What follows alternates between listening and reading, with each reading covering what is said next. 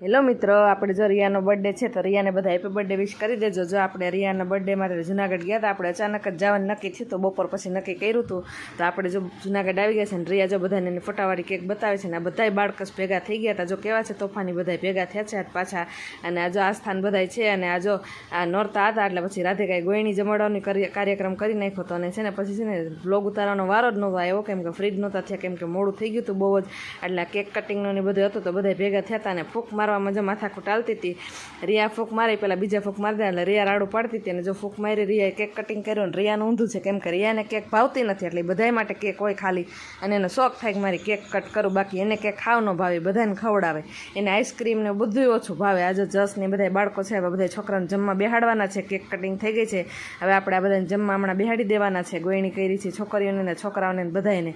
અને હા, આપણે છે ને જમવાનું બ્લોગ પછી લેવાનો વારો જ નહોતો આવ્યો કેમ કે આપણે બહુ મોડું થઈ ગયું હતું. અને સાંજે આપણે ઘરે પહોંચ્યા ને ત્યાં 11:30 પોણા 12 થઈ ગયા હતા.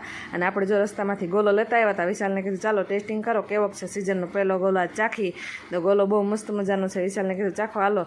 અને ગોલો આ બહુ જ ભાવે છે. અમારા મેંદેડામાં આ ભાઈનો એકનો ફેમસ ગોલો છે, એમને બહુ જ ભાવે છે. તો હવે મળશું આપણે આવતીકાલે. આવજો, જય માતા.